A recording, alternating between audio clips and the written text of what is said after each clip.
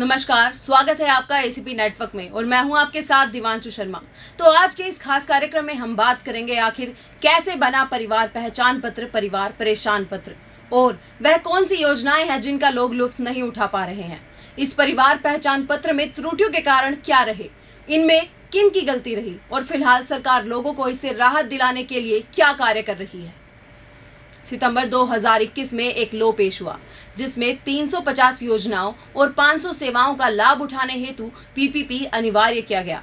इसे पहली बार मुख्यमंत्री परिवार समृद्धि योजना के तहत लागू किया गया था, पर इसमें कुछ मेजर मिस्टेक्स के चलते बहुत से लोग इसका फायदा नहीं उठा पा रहे, क्योंकि जब पीपीपी लागू हुआ तो इसे सरकार के पास लोगों की इनकम के सभी रिकॉर्ड आ गए थे। परिवार पहचान पत्र को इनकम से जोड़ने पर 2 लाख से ज्यादा आय वालों की पेंशन काट दी गई। मीडिया रिपोर्ट्स की माने तो पीपीपी के डाटा के आधार पर 63,353 बुजुर्गों की पेंशन रोक दी गई, क्योंकि इन्होंने परिवार पहचान पत्र में अपनी इनकम 2 लाख से ज्यादा बताई थी। इनकी इनकम के वेरिफिकेशन के बाद 44,050 की पेंशन बहाल की गई। 19,303 बुजुर्गों की पेंशन अभी भी रुकी हुई है। 17,661 लोगों की पीपीपी में मृत घोषित होने के चलते इनकी पेंशन रोक दी गई। वह साथ ही 9.50 बीपीएल राशन कार्ड काट दिए गए। पीपीपी रिकॉर्ड के अनुसार हरियाणा राज्य की कुल आबादी 2.80 करोड़ है, जिसमें से 1.70 करोड़ लोग ही सरकारी सेवाओं का लाभ उठा रहे हैं और 1.58 करोड़ गरीबी रेखा के नीचे हैं।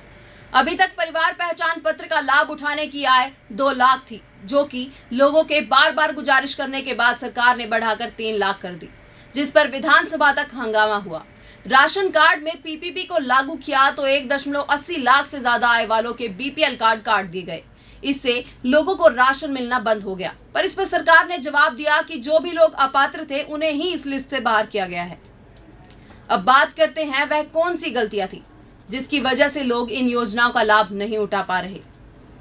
आयुष्मान कार्ड कटने से स्वास्थ्य योजनाओं का लाभ नहीं मिल पा रहा, विवाह सुधार योजनाओं का लाभ नहीं मिल पा रहा, बीपीएल कार्ड कटने से राशन नहीं मिल पा रहा, ज्यादा बिजली मीटर दिखाए तो बीपीएल कार्ड कट गए, बुढ़ापा, विधवा और दिव्यांग पेंशन कट गई, विद्यार्थी फीस माफी योजना से बाहर हो गए, आय अधिक दिखने से छात्रवृत्ति बंद हो गई, नौकरी सामाजिक आर्थिकता के आधार पर जो 5 अंक मिलते थे वो भी मिलने बंद हो गए। अब बात करेंगे कि पीपीपी में हुई त्रुटियों के पीछे कौन था, ये त्रुटियां किसकी देन। इस लिस्ट में सबसे पहले स्थान पर आते हैं कॉमन सर्विस सेंटर। पीपीपी बनाने का जिम्मा इन्हें ही सौंपा गया था, जिसमें उनकी गलतियों के चलते अब लोग परेशानियों का सामना कर रहे हैं। सीएससी सेंटर्स ने किसी को पीपीपी में मृत घोषित कर दिया तो किसी की आय उसकी वार्षिक आय से ज्यादा बढ़ाकर दिखाई। किसी के नाम में गलती है तो किसी के पिता के नाम की जगह उसके बेटे का नाम दिखाई दे रहा है। इस सूची में दूसरे स्थान पर आते हैं आवेदक। आपने कहावत तो जरूर सुनी होगी, सवारी अपने सामान की खुद जिम्मेदार है।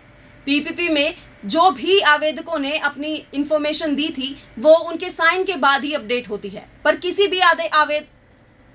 भी आवेदक ने जरूरत नहीं की कि वो एक बार उन्होंने जो भी इंफॉर्मेशन फॉर्म में फिल कराई है उसे एक बार क्रॉस चेक कर ले। तो इसमें कहीं ना कहीं आवेदकों की भी गलती है।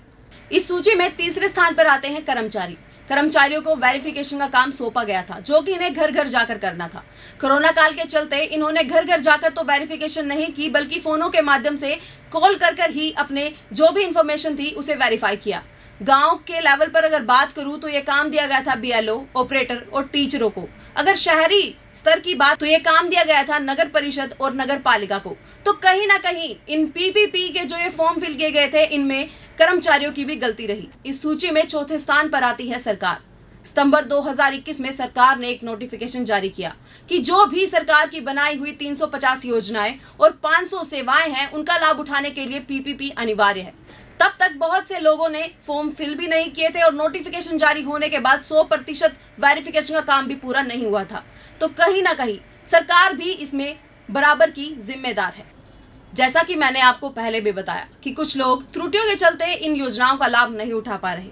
अब वो पीपीपी में हुई गलतियों को ठीक कराने के चलते हर जिले, ब्लॉक स्तर पर कहीं ना कहीं कोशिश कर रहे हैं कि उनके जो ये फॉर्म है उनकी जो गलतियां हैं वो ठीक हो जाएं। अब बात करते हैं कि सरकार लोगों को राहत पहुंचाने के लिए इसमें क्या कदम उठा रही है। इन्हें ठीक करने के लिए अब सरकार ने सुधार मॉड्यूल और डिवोर्स मॉड्यूल अभियान चलाया है, जिसमें 52 लाख लोगों ने आवेदन किया और 10 लाख गलतियां निकली हैं। और साथ ही जिन सीएससी सेंटर्स में पीपीपी के फॉर्म भरते समय सबसे ज्यादा त्रुटियां की गई थी, अब सरकार उनके ऊपर कड़ी से कड़ी कार्रवाई करेगी। तो आज के इस खास कार्यक्रम में बस इतना ही। ऐसी ही तमाम छोटी और बड़ी खबरों को जानने के लिए जुड़े रहिए एसीपी नेटवर्क के साथ।